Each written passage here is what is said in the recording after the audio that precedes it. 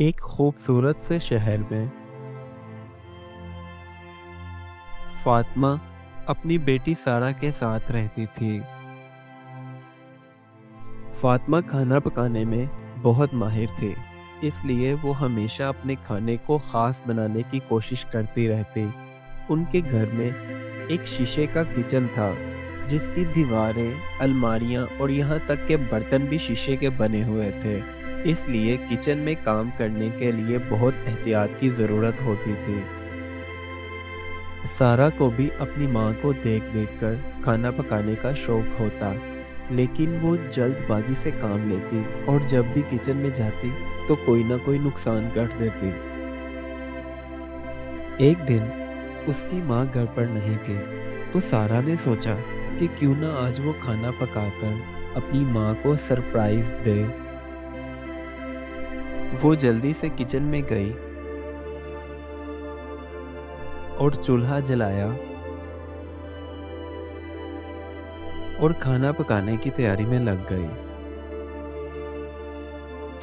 सारा जल्दी जल्दी में काम कर रही थी ताकि उसकी माँ के आने से पहले खाना तैयार हो जाए, और जल्दबाजी में काम करने की वजह से सारा की उंगली कट गई। उसके बाद वो बर्तन लेकर आ रही थी। जल्दबाजी की वजह से उसका पाँव फिसला और वो गिर गई, जिसकी वजह से सारे बर्तन टूट गए। बर्तन टूटने की वजह से सारा खौफजदा हो गई कि उसकी माँ अब उससे नाराज़ हो जाएगी। इतने में फातिमा भी वहाँ पहुँच गई।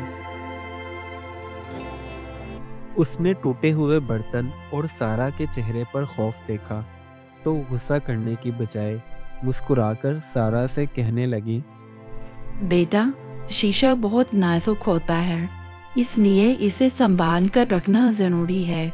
इसी तरह जिंदगी भी बहुत कीमती होती है। अगर हम लापरवाही से काम करेंगे तो कीमती चीजें टूट जाती हैं और उन टूटी हुई चीजों से खुद को नुकसान भी पहुंच सकता है। इसलिए हमें एहतियात के साथ काम करना चाहिए। अपनी माँ की बात सुनकर सारा ने शर्मिंदगी से सर झुका लिया और वादा किया कि आइंदा वो हर काम एहतियात से करेगी और कभी भी जल्दबाजी नहीं करेगी। उस दिन के बाद सारा ने किचन में ज़्यादा ध्यान से काम करना शुरू कर दिया। इस कहानी से हमें ये सबक मिलता है कि ज़िंदगी में हर चीज़ की कदर करनी चाहिए, क्योंकि लापरवाही से कीमती चीज़ें टूट जाती हैं, जिन्हें जोड़ना हमेशा आसान नहीं होता। Do like my videos and don't forget to subscribe my YouTube channel. Also press the bell icon.